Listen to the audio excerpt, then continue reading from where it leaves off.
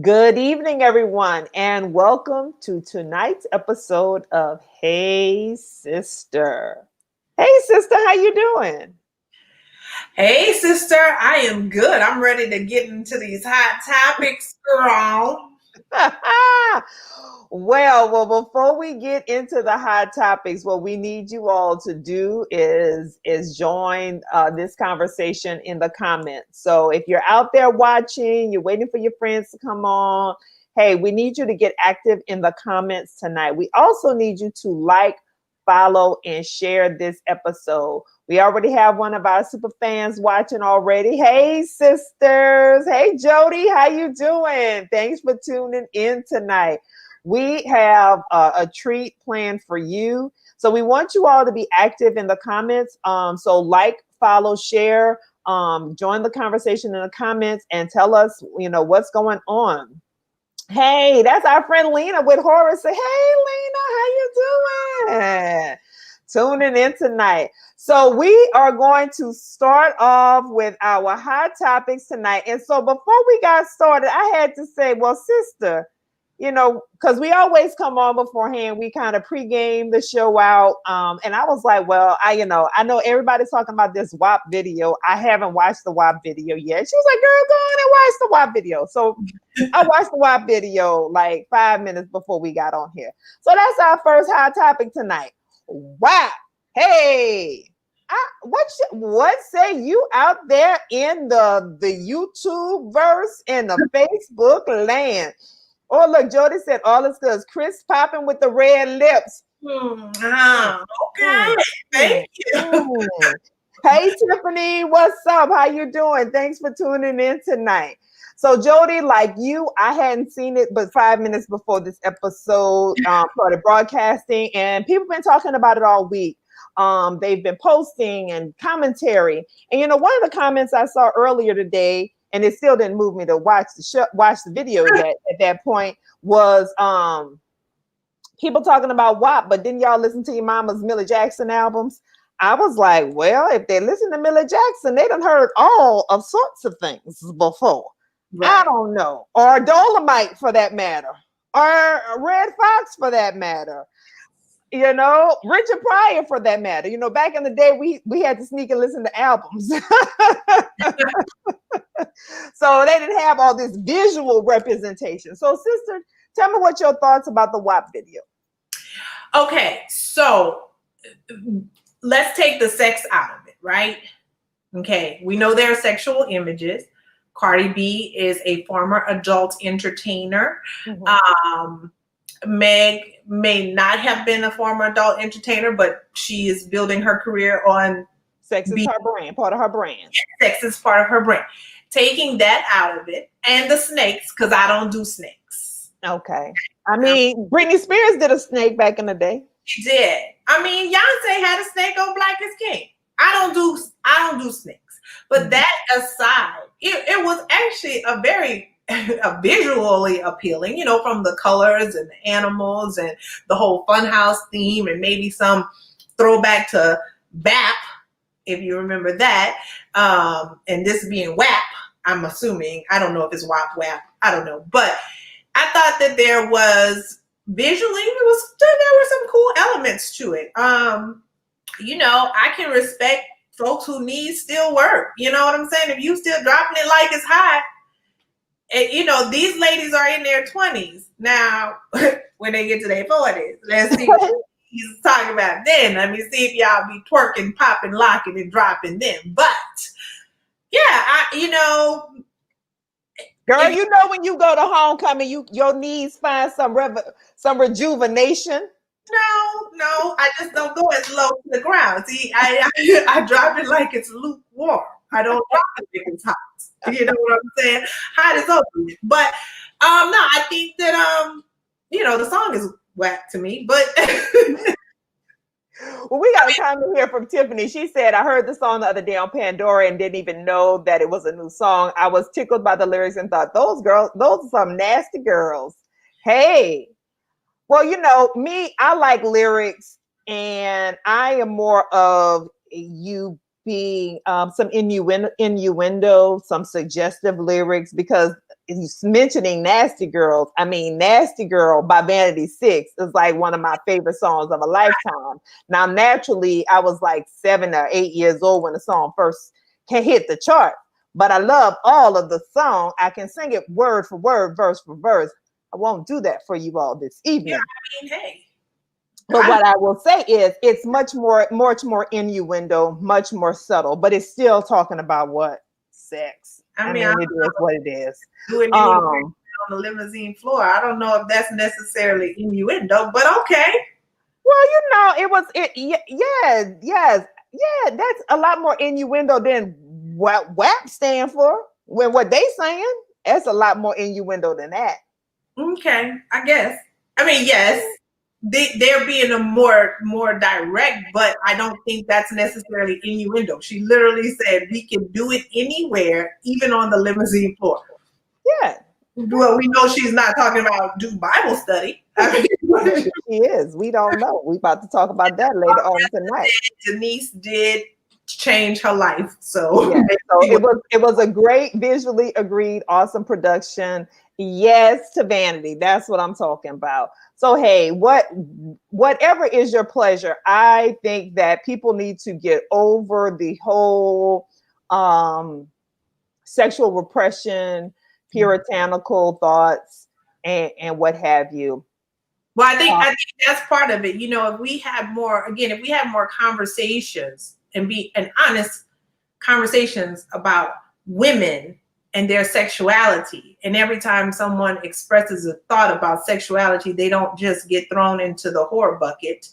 If we had conversations about drugs, I'm using that as an example because that's something else that has been glorified in music, but it's because we are, we have this society where it's either you are like a crackhead or, you're very secretive about what it is that you're doing when nobody's watching. So if we just kind of like actually had some of these conversations, maybe number one, the shock value wouldn't be there, but number two, maybe we wouldn't have to have these sort of songs because it would just be like normal. Like sex is a thing that people do, and women have been using their bodies for women and men. Let me not limit that to women. Please people don't. Have been using their bodies all of like since the existence of humanity, right? Yeah, like since the existence of humanity, whether it was by choice.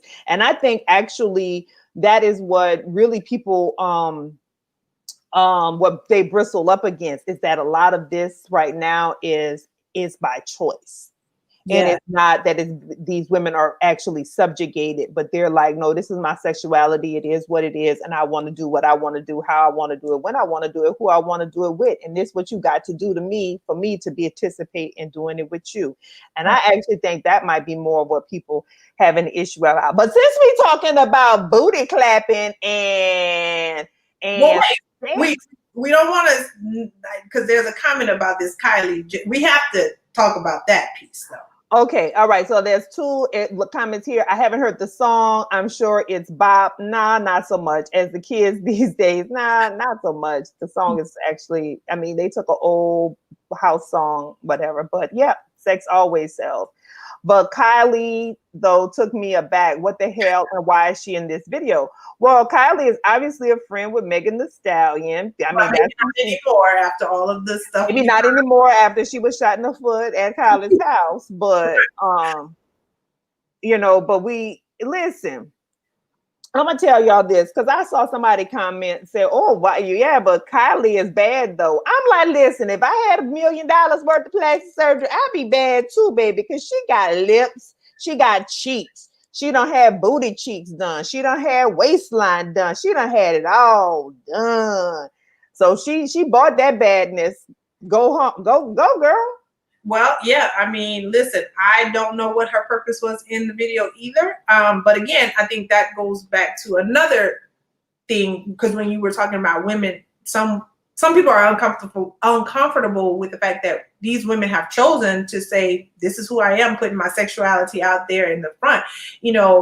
I would also beg to, I would also say that, you know, in a lot of ways, we have made people who don't necessarily have the most talent celebrities. And so if maybe, I don't know, we weren't celebrating people who didn't deserve to be celebrated, we wouldn't have this song and Kylie wouldn't just pop out of nowhere. But when I saw her, I was like, I hope she's able to walk in the next 10, 20 years. Because I just really am wondering, like, how much work can you actually have done and it not impact like your joints or your body? Like, how much work can you actually get done? So everybody has it's a cost. It's a cost for it all. But so we were about to transition for my sister wanted to talk about Kylie, because Kylie don't really interest me that much. She don't worry me, bother me, whatever.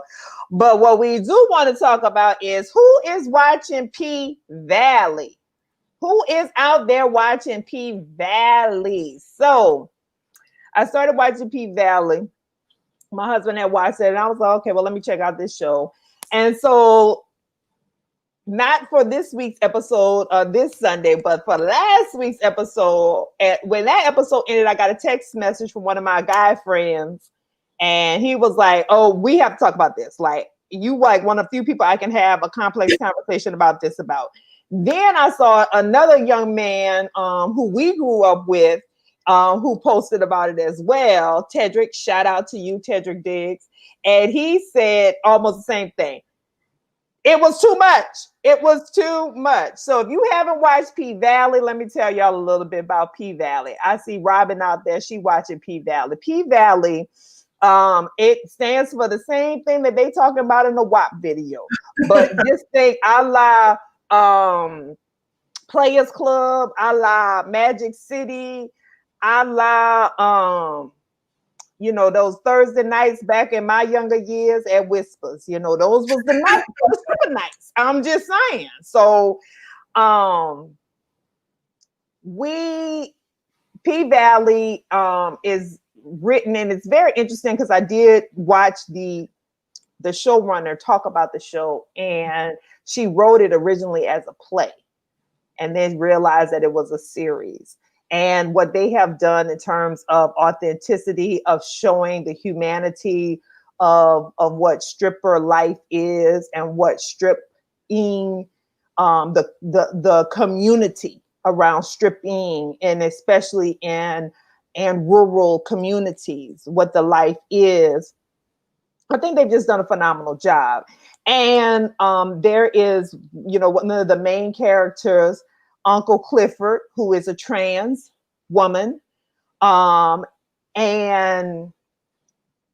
you know, dubious business dealings at the club, a la Bernie Mac and Players Club, you know, dubious business dealings, and as well as dubious relationships and what's happening out there. I just think that the show is well done. And all I know is this. Baby girl, them sisters is strong.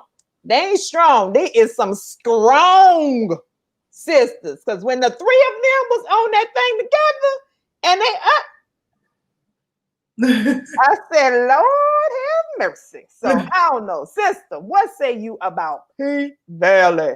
I agree. And I have to say, so first, I have to agree with the guys. I was a little taken aback at last week's scene. Not it was just two men having sex. We done seen all the titties and the booty clapping. What's up?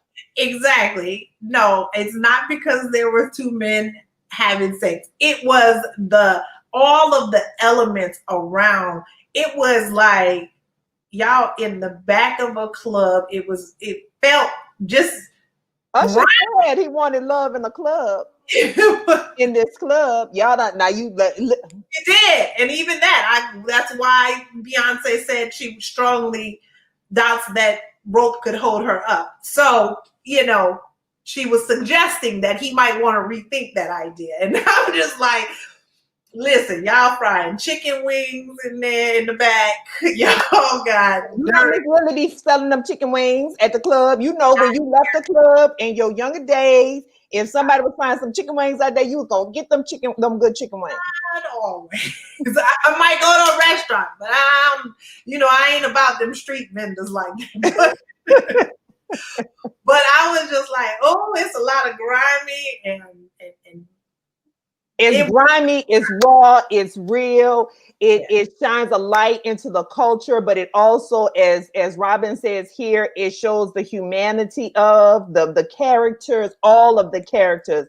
It shows, and this is going to tie in nicely as we get ready to bring on our guest for the night. It shows our saintliness and our sinnerhood at the same time, because we all got a little bit of saint and sinner in us, and that is for sure. So if y'all are not watching P-Valley, it's on Stars. If they were looking for something to replace Power, they have most definitely found something to replace. They still got 6,000 more powers to go.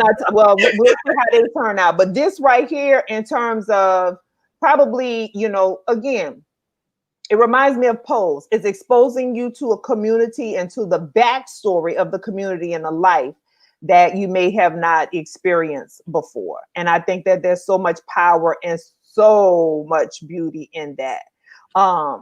But anyway, I got one more comment to show. Then we'll bring our author on. It says, it happens. I have a gay male friend and he has story after story about having met men in the clubs and had sex with them in the bathroom. But he swears that he always had safe sex. They did too. They did too. And they had a very unique, well, maybe it's not that unique, but it had a very visual and visceral way of lubricating and getting themselves prepared. But this is what I wanted to say really quickly. So the young lady who plays Mercedes, her name is Brandy. I'm blanking on her name. I think it's Evans. Okay. I went to her Instagram page because I was like, I was trying to understand her story. Like, was she cast because she was a former exotic dancer and then she's transitioning into acting, or what? She actually used to be over the English department at the school that she taught at, and she went on vacation to Los Angeles. And while she was on vacation, I guess she must have she was a dancer, like more professional trained dancer. She tried out for Lil Wayne, I guess, tour. She ended up going on tour with Lil Wayne and wrote her resignation letter from the tour bus. But it was basically like, look, keep my seat warm in case this doesn't work out.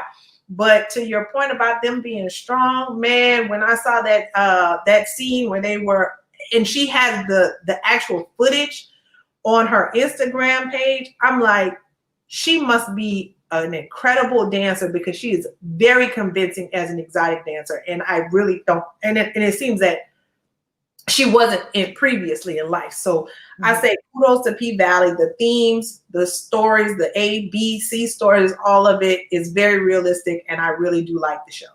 All right. Fantastic. Well, we are going to bring on our guest for the night, and we're super excited to have author Felicia Brookins. She is the author of this book that we're going to be talking about, Sister Nadeen's Ways. So y'all know some people like Sister Nadeen because Sister Nadeen is actually in the show P-Valleys. I think Sister Nadeen is probably the character Mercedes' mother, right?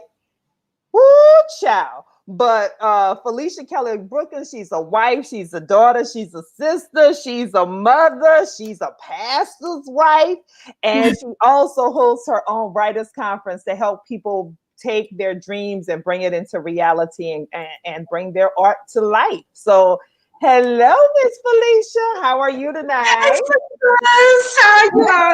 you? We are so very excited to have you. And it really is a good segue and tie-in from, as we talked about the show, we talked about women, the repression of women and the impact of that, and sexuality in the church and all of these different things.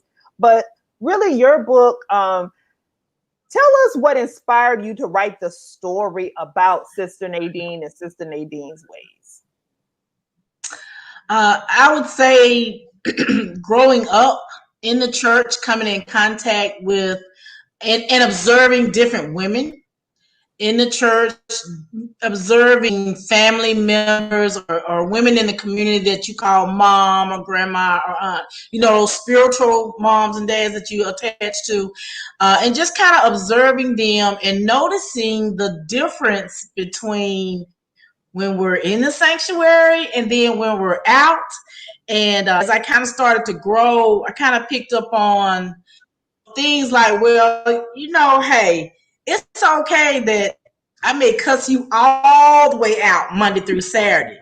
I might smoke, I might roll a joint, I might get drunk, I might do all kinds of stuff. But you know what you're going to do on Sunday morning, regardless, you are going to go to church because that's just what we do. And noticing that they do this around the children without thinking about, how is that going to affect them? Do you realize that they're going to pick that up? They're going to go out and act this. They're going to put this in front of somebody else, and it's coming from you. Or when you hear them do it or see them do it, then you want to just about bash their heads in about it, but they got it. They learned it from you. Mm-hmm. So I would say the motivation comes from the observations, some life experiences, and just spiritually growing myself and realizing, you know what, that's not right. No matter how long it's been in the community or in the family or how long it's been done, that's just not right. Well, honey, y'all heard what inspired her to write the story, and I know y'all can jump down in these comments because you have seen, observed, and heard, and probably have experienced some of that yourself growing up. I know we have, right, sister? Yes, sister. Yeah. You got mother. So tell us, who is Sister Nadeen? Sister Nadeen, first of all, is I call her alpha female. She is very domineering. She is a hypocrite. She is someone that has to always be in control of everything that's going on. She's someone that's extremely concerned about her image, what people think about her, how they see her. She's very concerned about grabbing a hold to and leading everything that is going on in her home. She's a person that can always justify her wrong. She can point a finger at you and tell you what you're doing and why and what's going to happen. But if you bring it back to her, she's got a justifiable reason as to why she had to do it. And it usually leads back to it again was something that you did and you ended up deserving that. She's one of those people that will use the scripture if she needs to try to turn around and manipulate it to use it against you. And believe it or not, as holy as she thinks she is, she's also an adulterer and she is a domestic abuser. And I think when people ask me about the book, that surprises people the most, because I ask people, does your church have a plan when the domestic abuse victim is a man? And I get a lot of, no, hadn't thought about that. So. Right. Well,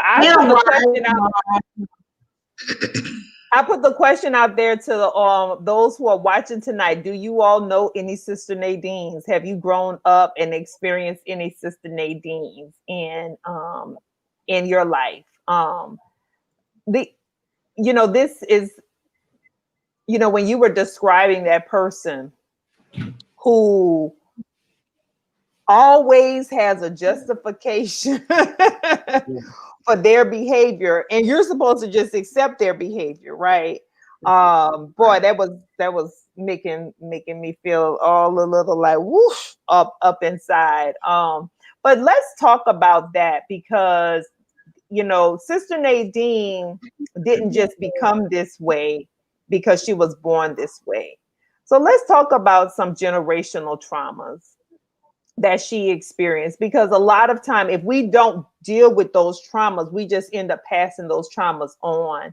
And part of when we were preparing to talk about this show was, especially with women and relationships with women, how can you, if your first relationship with the woman who's most important in your life, so if that's your mother or grandmother or what have you, that first example for you, if there's a trauma there, then how does that go on and influence every other relationship you have, even with your own daughters, with your own sisters, with your girlfriends, you know? So how does this generational trauma start in Sister Nadine's life, and how does it keep showing up? Well, the generational trauma, of course, starts with her mother. Mm-hmm. And I would say, let me say this too. When it comes to trauma, when you experience that when you're really young and you're growing up in a household with it, as she did, once you put that on that first time, that's the only time you realize how impactful that is. Because after that, you wear it so comfortably till it's just a part of you and you don't even realize what's going on. So she originally puts on this trauma and takes it on as a young girl growing up in her household. And what's interesting is her mother was very violent towards her father. Mainly it was her father. She was violent towards her and her sisters, but her father, who was the person that she loved so much, her heart was broken. She was terrorized many times because of the things that she saw her mother do. And of course, her father was the kind of man that did not fight back. That's a whole nother topic we get into. You know, that don't hit a woman thing. I got my own opinions about that. But he was that don't hit a woman, but she was at the point, you know, the mother was, she almost put him in the ground herself. And so Nadine grew up seeing this, not realizing right then that she was taking this on and going to pass it along. And so she has a sister, Eva, that's in house with her. Now, Eva is a little more transparent about the trauma. She's like, we all messed up. I admit mine. You just don't admit yours. You know, and so when she marries her husband, Kenny, what she does not realize is she brings that trauma into their marriage in the form of abusing him and physically abusing him, verbally abusing her daughters and physically abusing them. And her husband is at the point of, do you see that our daughters are going to pick this up and imitate it? And they began to do that. Nadine seems to forget that because of the trauma in her household, she was a cutter. So she would cut herself. And so what she doesn't know is that her middle daughter, Ann, is doing the same thing based on the trauma that she has experienced with her mother in-house. But she's also taught them that it is very important that you have the image of God, because she learned that from her mother too. You had to go to church, you had to look a certain way, but she does not focus on the likeness. Okay. And so all of that comes together, and it also creates the trauma of, I hate church. I don't want to go to church. If this is the example of church, I don't want it. I hate her. You know, all of this, but it's the same thing that Nadine experienced also. So it started at home with her mother, who is the only person that can do anything with her, because that fear that she experienced as a little girl is still there. And even when she hears her mother's voice, her mother says something to her, she just immediately tenses up. Mm-hmm. And she will just become subdued. But no one else can do that. So because no one else can do that, think about it. If somebody, you know, you have people that if I'm hurt and I can't respond to the person that hurt me, then I'm going to take it out on you, because you can't defend yourself either. Mm-hmm. Yeah, we have some comments here. So we got, yep, I know a Sister Nadeen, and then sisters with a capital S on the end. We have, are those missionaries who judged you left and right, but watching them gossip left and right made no sense to me growing up. And then the way they attacked you verbally, which always confused me due to how Jesus behaved. Like, why are you so angry and hiding behind the Bible? That's one comment here. Another comment here saying, unfortunately, I knew too many. So glad I broke free. Thank you, Jesus. I see some women I grew up Kojic who are struggling. And I don't think it's limited to any denomination, truthfully, truth be told. Another comment here is, unfortunately, when you grow up in an abusive situations, verbal, physical, emotional, financial, you may feel that things are wrong, but you grow up and mirror those same behaviors if you don't seek help. And I think that is so very powerful. And so then let's talk, Sister, do you have a question? Yeah, so we talked about the show P-Valley, and I know you haven't started watching, but I did reference that in the show, the main character, the OG stripper Mercedes, is she puts on this front of being very strong and powerful when she's in the strip club setting. But then when it comes to the relationship with her mother basically uses and abuses her, using the The Bible church, the Bible. to kind of beat her over the head to say, you're such a sinner, you're doing this wrong, that's dirty money, but give it to me so we can use it for the church to get a loan as collateral for our building fund kind of thing. But I noticed that you named her mother Ruth, Sister Nadeen. Obviously, Ruth is a biblical name. Was there any specificity behind why you gave the mother the name Ruth, especially considering the abusive relationship between Nadeen and Ruth? You're the first person to ask me about that. So I would say, as we know, Ruth in the Bible, she was embracing and loving, and she said, hey, come with me. You can come with me. Nadine is totally opposite of that. And so I named her mother that because, you're supposed to be this mother, loving, comforting, and be there for this young woman, even if she is your daughter, and you are totally not. You're just very, very hard and abrasive with her, and you allow her to see this terrible example of how she treats a man and what she thinks this man is supposed to do in response to that, and how you think you're supposed to run your household Monday through Saturday, and then on Sunday you see something different. But yeah, Ruth was a warm, loving, embracing mother type figure. But in the book, Sister Nadine's Ways, Nadine is not. She's totally opposite from that. And so her excuse then was, we just come from very strong women. We don't take no crap, especially from a man, and we don't take it from children. You all heard those saying, a child stays in a child's place. Mm-hmm. I always heard, coming up. And so here we go with Nadine having her own household, and unaware to her, she's doing the same thing. She's teaching the same thing, passing that trauma along, and it's coming out in her daughters at school. They're getting in fights. They're just as quick as mama to bash a guy in the head. They don't care. That's what they learned. Mm-hmm. So, wow. Boy, I tell you, oh, child, this is like hitting a whole bunch of buttons out there. I know it's hitting some of y'all buttons out there because I know it's hitting some buttons for me. And if we're honest about those relationships that are most dear to us, sometimes they're the ones that are most difficult and challenging for us. And so how do we overcome, right? And I think that's one of the questions, especially because we still see some of these traumas being passed on right now. And so how do we then break through? How do you break the bondage of these generational traumas? Well, I would say, first of all, we have to do what Nadine refuses to do in book 1, because this is a trilogy. I don't know if I mentioned that.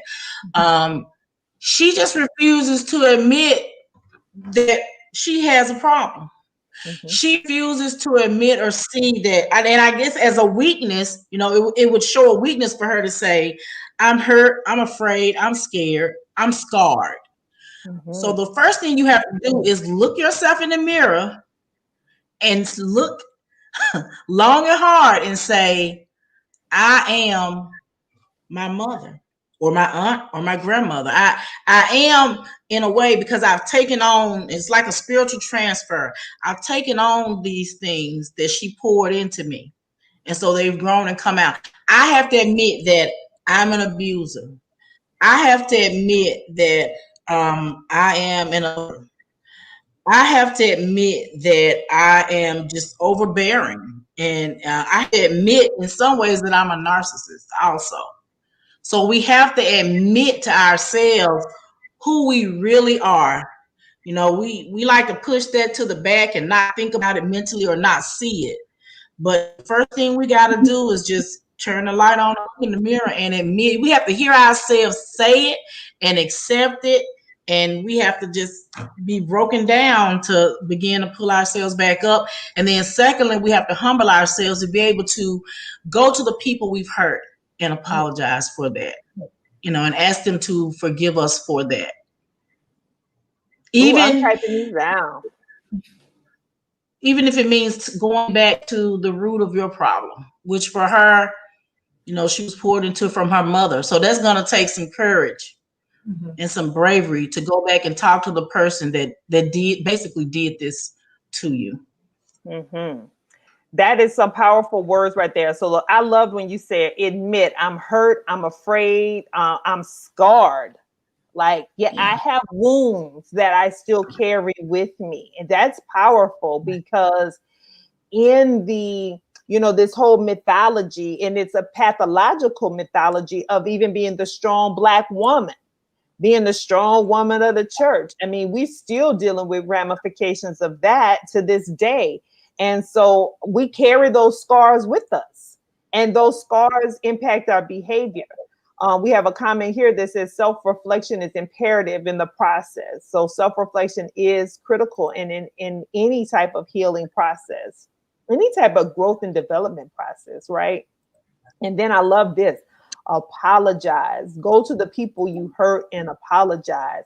And guess what? If they ain't ready to accept your apology, then you just have to deal with it. Don't make it about yourself, okay? That's where that narcissism come in.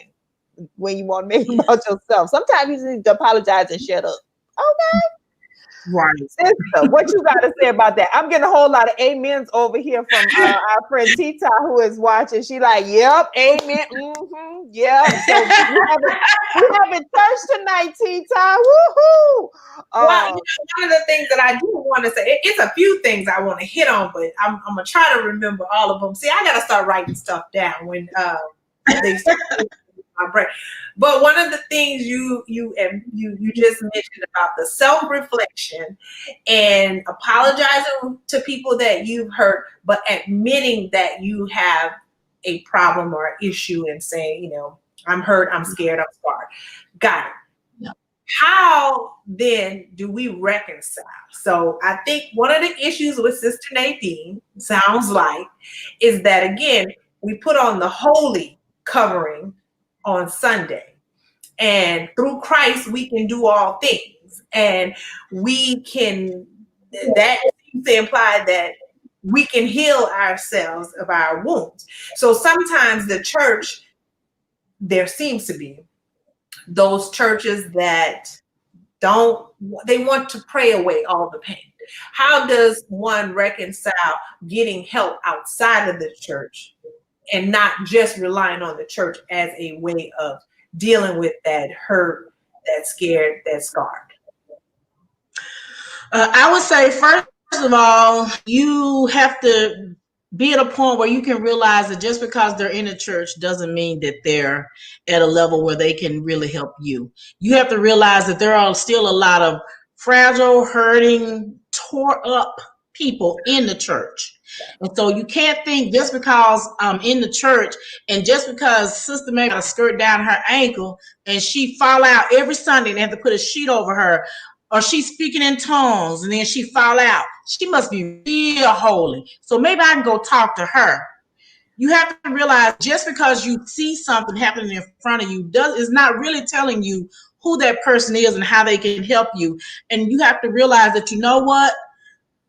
And not to preach, but God gave me wisdom and he can give me discernment, and I should use those tools to say whether or not this is the person I need to talk to just because they're under a sanctuary roof. Maybe it's not. So I need to go and find help from somewhere else because we'll just be real. Hey, the issue you got, the pastor may have that same issue. So you want to go in there and talk to him? He's going to make up an answer. He's not going to be effective in helping you to heal and get the help you need. You know, and so people who may criticize and say, well, just pray about it and just go to the church. Okay, it's not just enough to pray about it and go to the church because, you know, as they say, faith without works is dead. Okay, so you got faith, that's all great, but that's all you're going to do is go to the church. Okay, so God gave you all these other resources. He gave these people all these different gifts and talents that you scream and shout about every Sunday, but you won't go to the person that's got the gift of talent, that's the psychiatrist.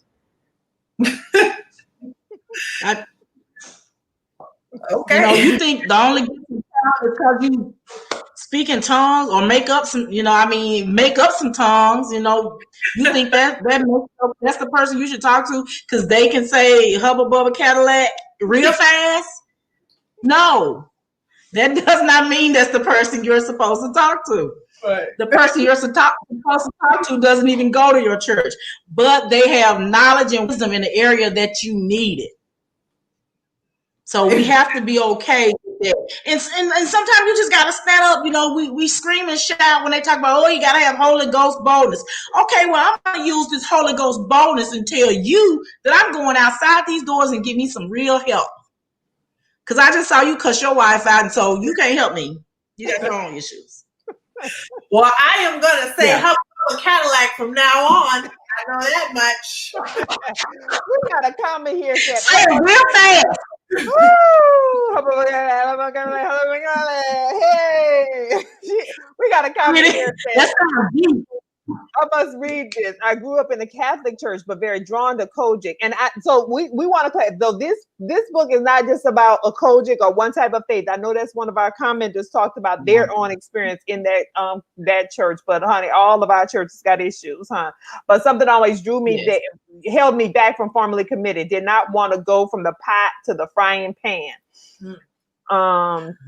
Let's see another comment here. Look, I grew up Kojic, and not saying all are crazy, but mine was. But you know what? Kojic, Baptist, Catholic, non-denominational, you name it. They all got, some of them have some issues. Let's see. We got more comments here.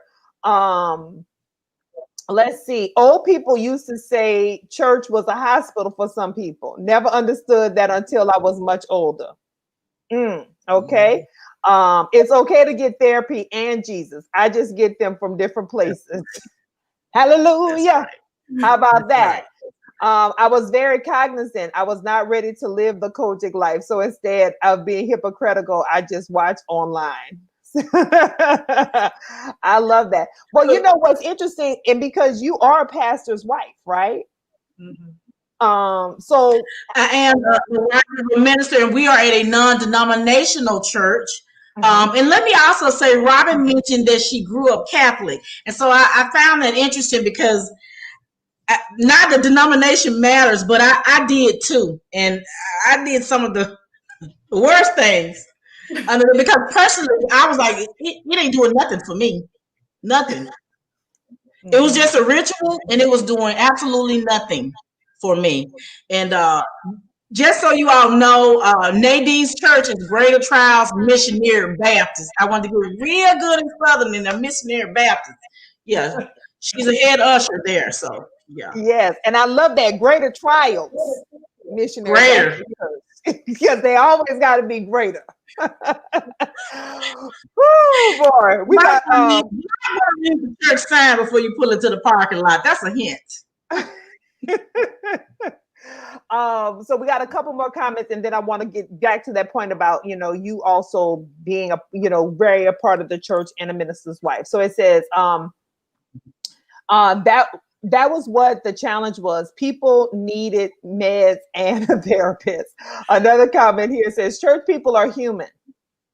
And which is because that's what we all are. We're all on this human walk, right? They're broken, which is one of the reasons they're in the church. They sin daily. But having been in church all my life, I have seen people broken down by fellow church members and run out of the church. We hurt people with our judgment, pointing fingers at others while not looking at ourselves in the mirror. And there's some kind of affirmations to that. And this comment, hurt people. I know I did some hurting, yet redeemed now. I don't. We have a comment here. Yes. I grew up Baptist, where the so-called Christian elders plotted together to cause issues for the pastor, and then made young girls who got pregnant outside of wedlock come back to church and ask the church for forgiveness. Oh, and at the same time, asking the young people why we don't come to church. Yeah, can I ask a question? Because that comment, I know you have a few more comments, but that comment is something that I wanted to ask you as a preacher's wife. I find that a lot of times the reason why young people, or even not even young people, just the reason why a lot of people are now disconnected with the church, because it almost feels like you already have to be perfect to go to church. And the original idea here was that imperfect people are allowed to come to worship, to praise, and to seek the ability to be closer to Christ by learning, if I'm using Christianity because that's what I got to go on, but to be closer to Christ by learning that Christ is like that's the only level of perfection. If you're a Christian, that's the level of perfection that we should all be striving to be. But we'll never get there. Hence the reason why the whole dying on the cross for our sins. So do you find that that is something that people struggle with, this feeling of they have to be perfect before they walk through the doors of the church? Well, sister, let me say this again. That's a really great question. I want to answer that by sharing something with you that occurred in our church a few years ago. A young lady had kind of just disappeared. I hadn't seen her for several months. And I was wondering, where is she? Maybe she's working, just hadn't seen her. And then she texted me one evening and said, I'm coming to church tomorrow. Oh, great. I would love to see you. Hadn't seen you in a long time. And she's a single young lady. And so on my way out of the vestibule to the hallway, I meet her. And just looking at her and seeing her, I immediately see her stomach. And so she stands there and she looks at me, and in all honesty and transparency, I immediately put myself, and it makes me a little emotional. I immediately put myself in her place. And she did not want to come in at first. She said, I don't want to come in. But I took her by her hand and I looked her in her eye and I said, you look at me when I say this to you. You haven't done anything that nobody else in that sanctuary hasn't done, including me. I just didn't get caught. So you're going to come in the sanctuary, just like everybody else in here that's carrying a different sin. And that's it. And I hugged her and told her I loved her, because I know that had to be extremely hard to do that. I've known from my college days a young lady who got pregnant while we were in college. And when she told me that she had to go before her church to ask for forgiveness, I was like, what? Where is that in the Bible? How are you going to ask imperfect people to forgive you? Forgive me for being caught or for my sin visibly showing, and you doing the same thing? Probably doing it with somebody's husband, and you want to look at me? So you got to put yourself in their place, and let's just be honest. That is the biggest thing. Let's be honest, ladies. Now, me, I'm gonna be honest. They'll say, Felicia, oh my God, Sister Brookins, you say anything. I'm just telling you, I did what I wanted to do, who I wanted to do it with. So you want me to act like I haven't forgotten that? Mm-hmm. Yes, I've grown from that, but I'm not gonna act like I don't know that. Now, you might not have did it to my level, but I'm not gonna criticize you for doing it. Who am I? Wow. Look, no use of being ashamed. You were good at your game. You were good at it. When you did it out there in the world, you was good at it. You just need to transfer that over here. But you did it. I'm not gonna act like, who am I? I just didn't get caught. Mm-hmm. Mm-hmm. Like Usher said, if you're gonna tell it, you might as well tell it all. Go ahead, tell it all. Just tell it. If you were out to do it. So you think when you met me, this how I was? This is not how I was. I was out doing my thing and I enjoyed it while I was out there doing it. See, don't nobody want to say that. Nadeen would never admit anything like that. She would never say anything like that. You know, she will always present herself as this, oh, I'm just holier than thou, or I was a virgin when I got married, and I'm just, you know, I'm all this and all that. If you touch me, you might just fall out and from the power that comes from me. No, no. You probably could not even bring a fly back to life. You have no power. You are ineffective. But you dress like you got some. So Yeah. answer my question because I don't, you know. A lot of people who loving it. So I'm gonna let my sister get to them comments. Child, we got a lot of comments here. Look, somebody said, so someone had talked about the Clark Sister movie, which we loved, and we did a live review on how it resonated a lot of people across many denominations because it really showed that kind of domineering hand of the well, it's so interesting, the dominating hand of the mother of the church, but also how she was domineered by the patriarchy of the same church, right? So and really not letting anybody's true gifts and talents really just flower and flourish, right? Right. Next time we have First Lady Felicia, can we talk about tithing? So that's okay. And I don't know that that's brought up in Sister Nadeen, although in the trilogy, but we can have a whole, we might just have to have a Sunday service one day. How about that? If Kanye can have Sunday service, we can too. Hallelujah. All right. We got another one saying, growing up, I was made to think you had to be perfect. And it wasn't until I started reading, going to Bible study and learning for myself. And I know, you know, Brene Brown has the book called The Gifts of Imperfection. I think the book is now 10 years old. But what's really interesting is that some of us are still the toxicity that we're living under and killing ourselves to put on the air of perfection. So talk about those folks who are putting on that air of perfection, but what is doing to them internally?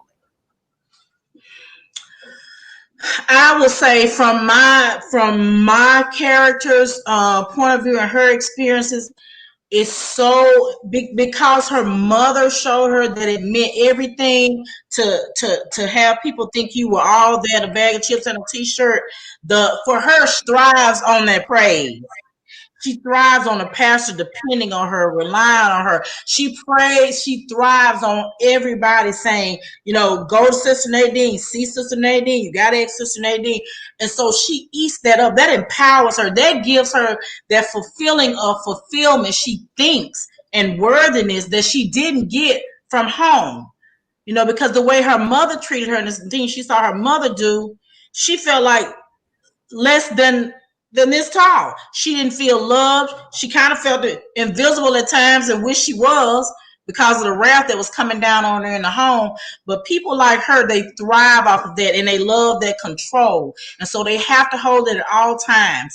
You know, and yes, they love being critical and mean to people, but they think that that's wisdom coming from an older woman and you should just accept that.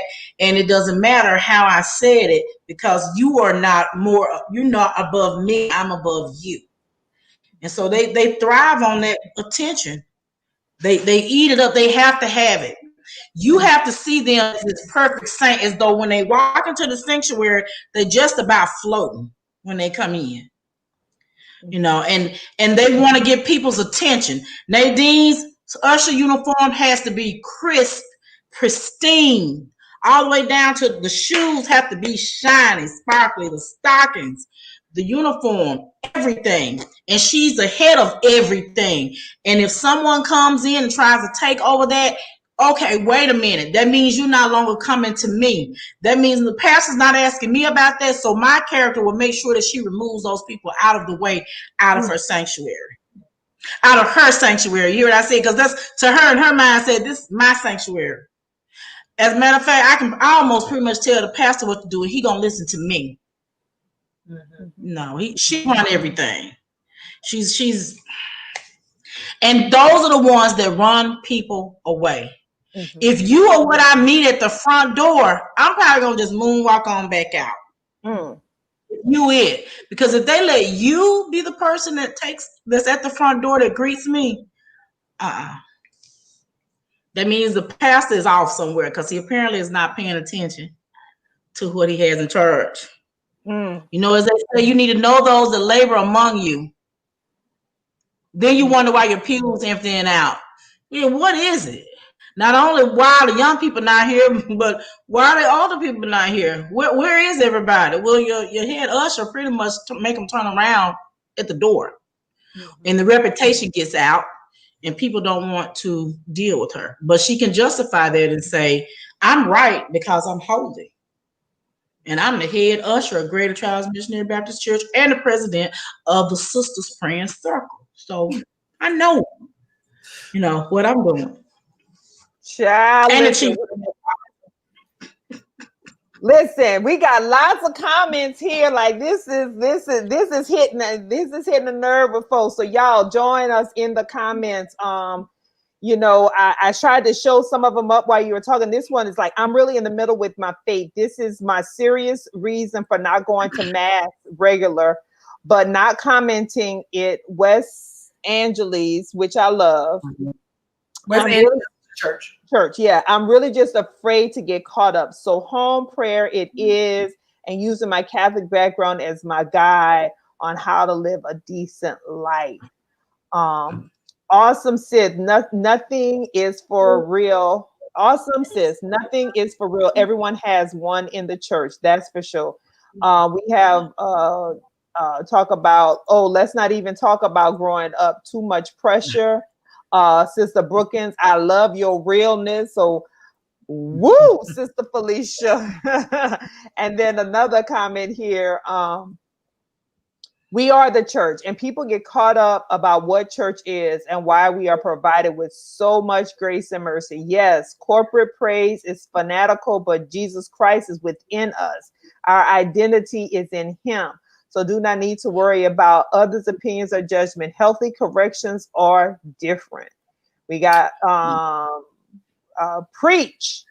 And honey, I think we've been preaching. You definitely been preaching tonight. So then tell us then from, again, so you are a minister's wife. We appreciate your transparency and your candor. But what are some things that you talked about apologizing and you talked about admitting. What else can we do as women? And we are sisters. And Hey Sister is for sisters, by sisters, it's about sisters and misters. So what can we do as sisters to really kind of press forward and really leap forward in our relationships with one another? Because, admittedly, even my sister and I, we have had from other people's stuff, we're like, well, wait a minute, like, how? Wait, well, no. We can't let that come up in here and impact our relationship with each other, right? And so how can we as sisters and women kind of keep that stuff out and not really impact our relationships with each other? Well, I would say, my sister, first of all, it almost comes down to saying we're going to have a pact with each other. Mm-hmm. This is what we are or are not going to allow in our circle, regardless. One of those things is that we, first of all, are going to accept that we all have faults. We're all different. We are going to agree to be there to love each other, protect each other, encourage each other. Let's have a pact. Let's have a crystal clear agreement on what this is. It's like any relationship. Let's be clear on what we're going to do here. So when adversity, even down to when adversity comes, let's be clear on how we're going to handle this. No matter what you bring to me, this is how I'm not going to come at you about this. Or this is how I am. And let's learn each other's language when it comes to communicating with each other. That is so important. Let's learn each other's. We're going to be sisters. Let's learn each other. It's just like if we lived in the same house with each other. We learn just by looking at our sisters' facial expressions or body language when something is not right. And so we learn how we should or should not approach them and speak to them. So it's important that you learn each other, you make pact and agree, that no matter what, you're my sister. And when you do that, you insert that 110% at all times, respect and consideration. No matter what, even if you upset me about something, I'm going to come with you love, respect, and consideration. And I'm going to come at you in a way that I know you will receive it. Even means you got to check your own self before you go to your sister. And be embracing of what they may have to come and say to you, because they have to in turn do the same thing. They have to be willing to say, I know her well enough to know how I need to come to her with this, how I need to bring this to her. I love her enough to say we are sisters, and no matter what, we're not going to be separated. Let's put that in cement. Mm-hmm. Let's stand together. It's almost like, like with a marriage, when they may say, well, your husband might be wrong or your wife might be wrong, but you know what you don't do? You don't bring that up in public. In public, you might smile the whole time. Now, when we get in the car on our way home, you might say, you shouldn't have done that like that, or you shouldn't have said that. Now, they did have a point. But what we're not going to do is address that out in public, because sometimes you have to realize, too, that what is forming and happening is something to try to pull apart a great relationship. Mm-hmm. Mm-hmm. And so you have to stand together, lock hands. You got to lock hands. Mm-hmm. That's right, I love that. I love that. So you all can follow on Instagram. I dropped it in here. Please follow on Instagram. We have T-Top wants to know where your church is. So tell the people where your church is. Our church is in Clinton, Mississippi. Hey, catch a plane, come on down. As soon as the COVID is over, we will be opening the doors and having service. We keep it real up in there. You might get laughs, jokes, we keep it light, open. We want everybody to feel at home, and we want everybody to realize, hey, I got my own issues. Anybody that knows me in my church, I tell them, look, I ain't all the way delivered with that right there, so don't bring that to me right now. But delivered. If I don't show them that, they won't know that that's okay. You see what I'm saying? If I know already where I'm just gonna be me. Now, you have some people that may come in. Oh, I'm sorry, I didn't mean to let this slip out. Well, I'm praying the Lord to live you on it, but I'm not gonna just get out the oil and start slanging it on you, because baby, you couldn't beat me sometime when I open this mouth and want to read you. So, okay, I'm gonna pray for you that God deliver you like He did me, because my tongue could go. I had a cuss word for almost every letter in the alphabet. Okay, so I know where you at, sister. I know where you at, brother. I know. It's okay. Come here, give me a hug. Just love on me. All right. I love it. So we have, learn each other's language. I really love that thing about making a pact. And I think, my sister and I, we've kind of done that. We've kind of had that conversation with one another. And sometimes we have to revisit the conversation, right? And I think it's important to revisit the conversation that, know what, listen, we're not going to let that other people's stuff penetrate, the relationship that we have. And, honey, I know I'll be wrong lots of times, but sometimes she be strong and wrong too. She know it. Mm-hmm. That's right. That's right. And you have to just make up and forgive. I will say this one thing my dad taught me, and when I think about him and remember him, my sisters and I, we always laugh at the fact that if he got upset with me about something, or we got into an argument, he taught me and showed me. He would come to me and hug me and kiss me. You still mad? You still mad at me? Don't be mad at me. Come on now. You know I love you. And he'd make me laugh, and then we forget it and we just pick right back up. Just forgive it. It's like you're my best girl. Now I know it was bad. I'm telling you, I love you. I miss you. And I'm sorry. So you want to go get some margaritas?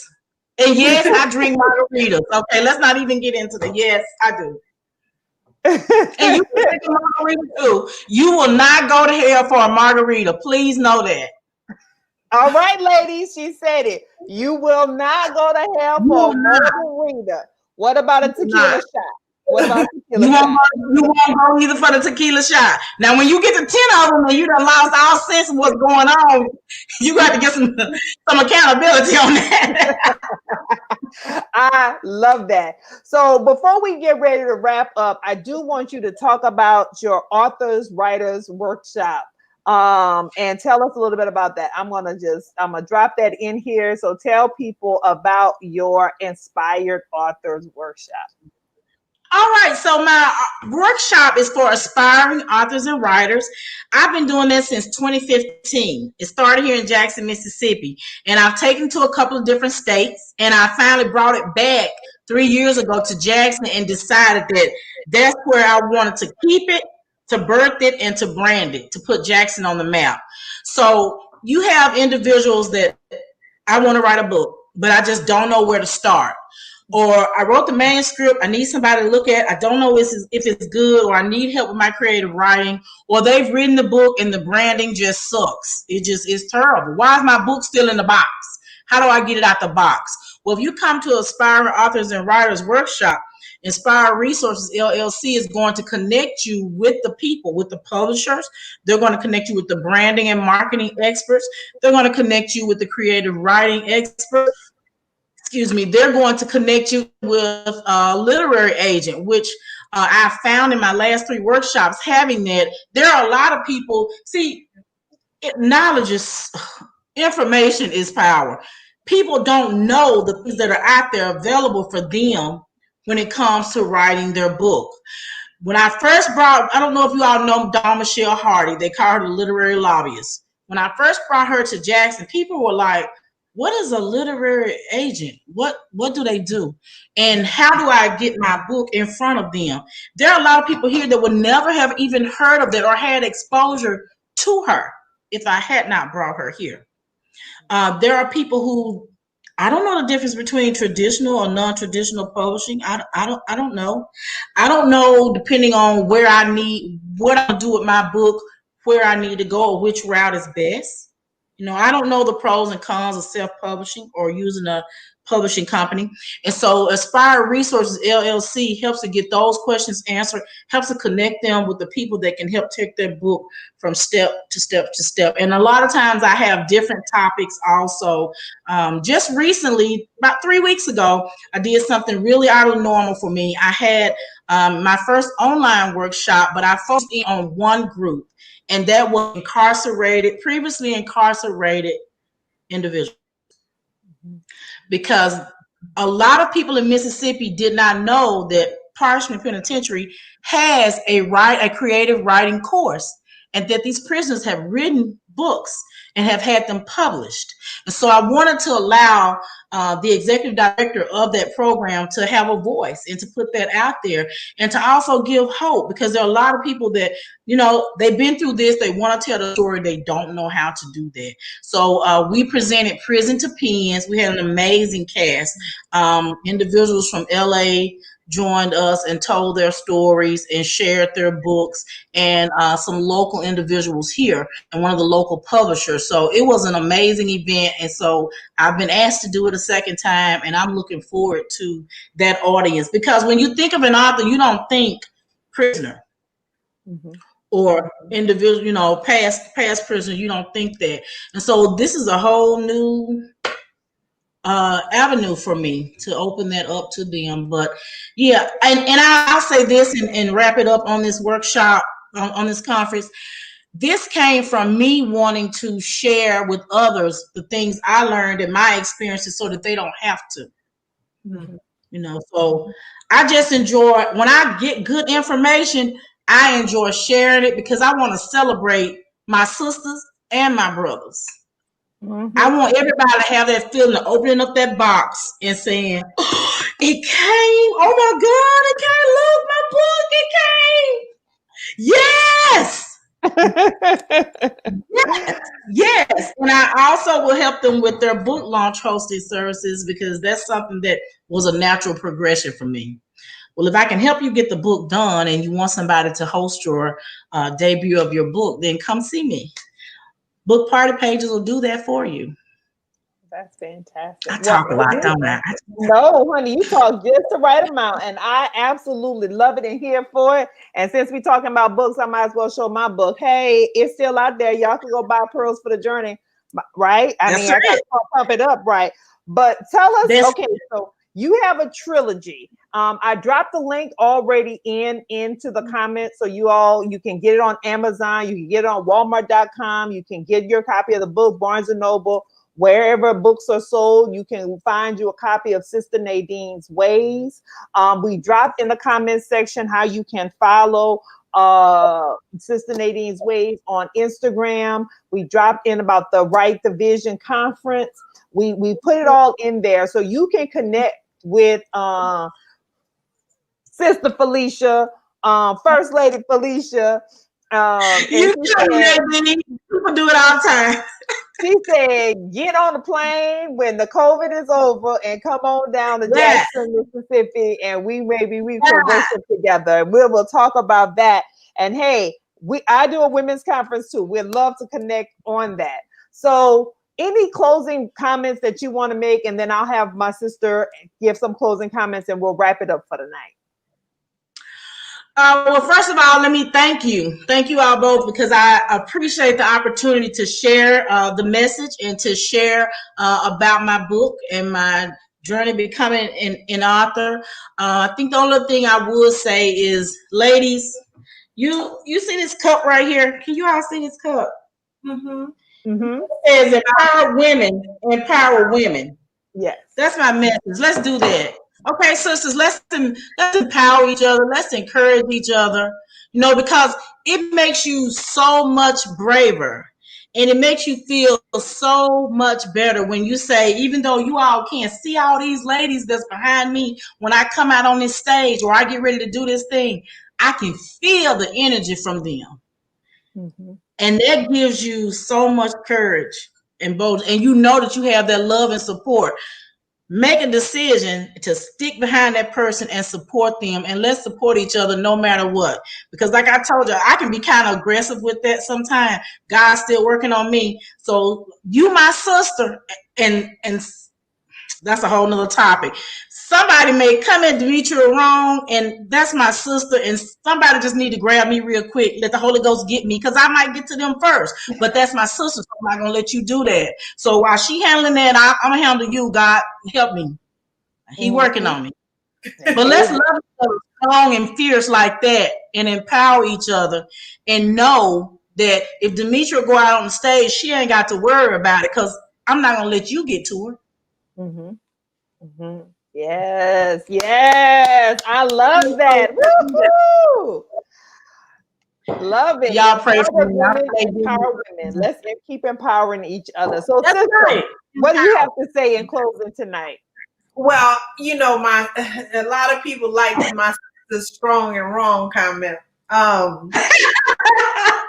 Hey, I'm strong and wrong all the time sometimes. She's strong and wrong and not letting me ask too many questions, Sister Felicia. I had more, so we just going to ask some more afterwards. But I just want to say thank you so much. I've enjoyed this conversation immensely. I love that you said empowered women empower women, because I do believe that that's where we do start breaking those generational curses and that generational trauma. Instead of everything feeling like it's a competition between sisters, it's about how can we heal each other? How can we help each other? How can we empower each other? Because we are better together. At the end of the day, that's just what it is. And nobody gets to their place of elevation, if you will, alone. So we're all standing on shoulders of giants, but some of the giants are like, okay, come on, get off my shoulders. I need y'all to take the lead now. So, so thank you just so much. And I definitely want to talk more about your conference because I am a screenwriter, and one of my scripts that my sister has actually read, some of the feedback that I received from getting coverage was that I could turn it into a book. And I was like, but see, I know that is not my ministry. I write screenplays. I'm not a book writer. So, but so you never know. You never know. Listen, DL Hughley writing books. We know he ain't actually typing, you know. Well, you know, that comes down to people not knowing about some things called ghostwriters too. Exactly. So we have those on the workshop also. And can I just say this, sister, you mentioned that screenwriting. I'm like, wow, that's just another confirmation of what is so right. So I am in the process now of putting my workshop together for October. And the thing of it is going to be from the bookshelf to the big screen. I have a screenwriter coming in on that Saturday to talk about how to do that process and to get that process started and what that looks like. So, hey. Well, I know we have a comment here that said, is there a movie coming talking about Sister Nadine's ways? And we might have made a connection right here. We might have a screenwriter right here with the author, and we might be able to, let's make it happen. Man, I love it. Exactly. See how sisters empower each other. Women empower women. That's right. I love it. And so the has been made at the end of all of it. That's what I love. I love when people leave my workshop. I love to see connections. I love to see the panelists go out and collaborate with each other and say, wow, they came from attending the workshop. Mm-hmm. Now, wait, the last thing is, you said after COVID we can fly out there, but are your services online anywhere? Right now, we have a YouTube channel, Christ Covenant Church International. Okay. And we have Pastor Garrett doing the sermons, and he has some amazing revelations that he brings forth.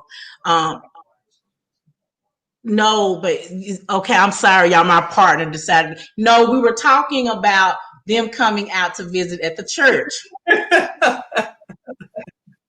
That's what we were talking about. So yes, Christ Covenant Church International. You can find the sermons on there. Yeah. Well, this is the last comment I'm going to show, and then I'll summarize. We don't have to compete with each other. There's enough out there for us all to get our own. Just help your sister get ahead and trust and believe that someone will do the same for you. Yeah. And that's what we're all about here at Hey Sister, is about helping each of us get ahead and supporting one another, loving each other to life. And yes. You know, and I love the way you said, sister, we're all standing on shoulders, but we let's make sure that we are letting somebody else climb up too, and we become the base every now and then. So we thank you so much for being. We're definitely going to have you back. Yes. Because we just need to have a whole nother conversation about church and women in the church and patriarchy in the church and finding our rightful voice and our rightful place. There's so many things that we still need to kind of talk about, but also heal from. And so we just want to thank you so much for being here. So we're going to sign off for the night. I'm going to ask you and Christina to stay on the line so we can have our post-show debrief. But everybody, thank you so much for tuning in tonight. And let's just kind of keep the conversations going. And once again, go out, get your copy of Sister Nadine's Ways, and then let's talk about it. And someone said before, we're going to have to do a Hey Sister book club. I'm thinking we really going to have to do a Hey Sister book club. All right, everybody. Have a good night. Bye-bye. Good night. Thank you.